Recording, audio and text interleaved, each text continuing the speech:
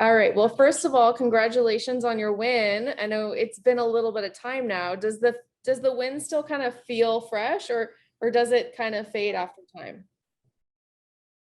It still feels just as good. Not as good. Be quiet, all right, guys. Be quiet. Not as good as what it felt like the day that it happened, but I'm definitely still real hungry and motivated off that win.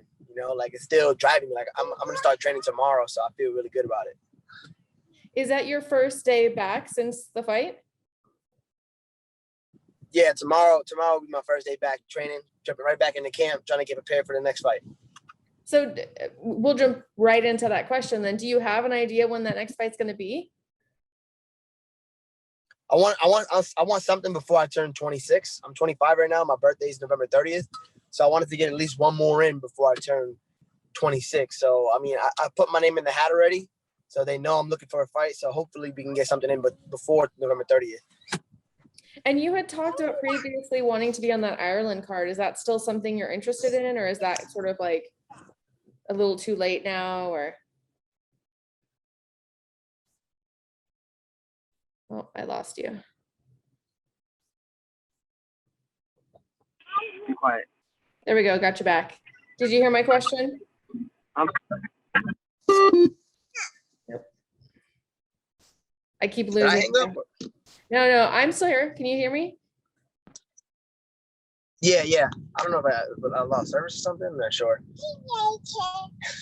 Hi. That's my daughter, Lila. Hi. My son's but yeah, playing games, so. you were asking me if I had an opponent for if I was trying to get on the Ireland card. I was trying to get on it to fight against a bantamweight named Brian Moore, but I think he got booked for the fight in Moscow, I think, for the Russia card. So I don't know. I don't know if I'm gonna be able to get on that card anymore, because that made sense because he's from there. So for me to fight him makes sense. Yeah. Be quiet, Lila.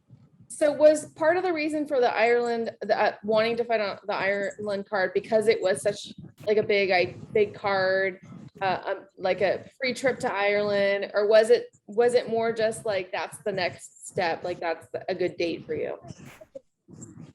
Yeah, I think it was more so about it being a good date. I'm not too interested in like the big card or whatever. I'm not too worried about that. For me, it was November 5th, and Brian Moore was a guy that me and him, we had some words before. Hey, be quiet, guys. Be quiet.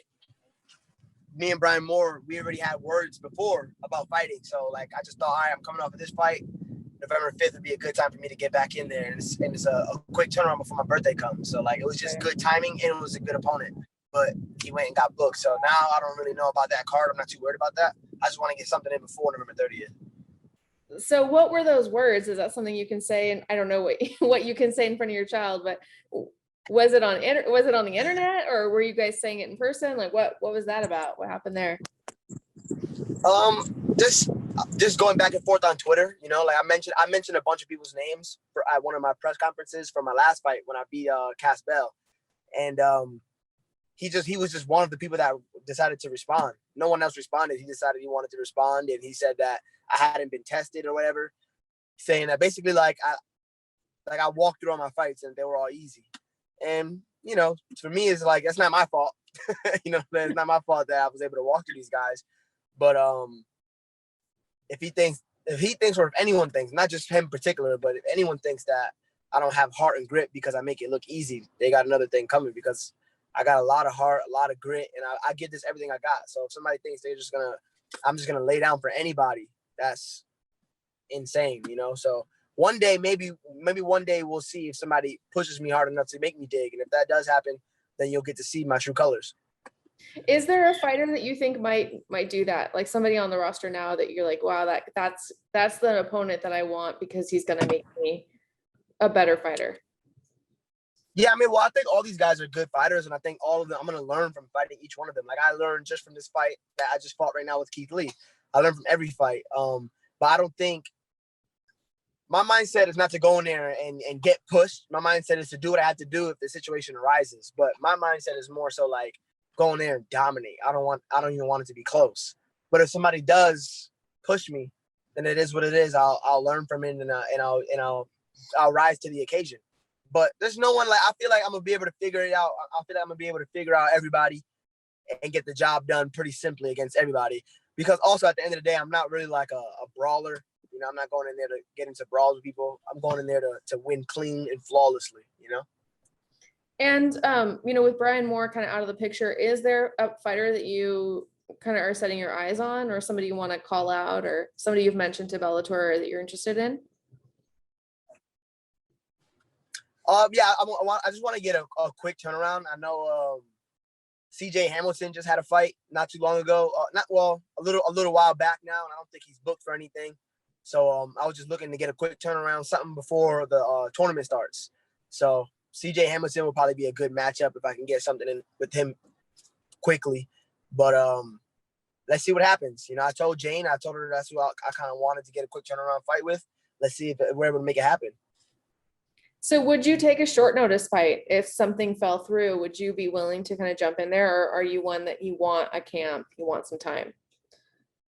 Well, nothing would ever really be short notice, kind of, because I'm always in camp. Like I'm starting full-fledged camp starts tomorrow. You know what I'm saying? And I don't have a fight, but I'm always in full-fledged camp mode because I don't really like to, like, let's say if they're like, oh, you have a fight coming up and I got to like start doing cardio. I hate that's annoying to me. So I'd rather just do it all year round. So it just feels like a lifestyle, kind of, not really like I'm doing something special. You know what I'm saying? And I'm always fasting and I'm keeping my weight down all the time. So because I'm always keeping my weight down, I'm always in good shape. I'm always ready to fight. So it just depends though. It just depends the stakes of the fight. You know, if I feel like it's a good opportunity, I might jump on a fight 3 weeks notice type of deal. You know, it all depends. But like 1 week, 2 week notice, I'm probably not going to do that regardless. Right. And is that because it's too much of a risk in terms of yeah. You know, like I'm a firm believer in like I got to do what's best for my own career. You know, obviously Bellator looks out and these different promotions look out for their fighters, but at the end of the day, they want to make money for themselves.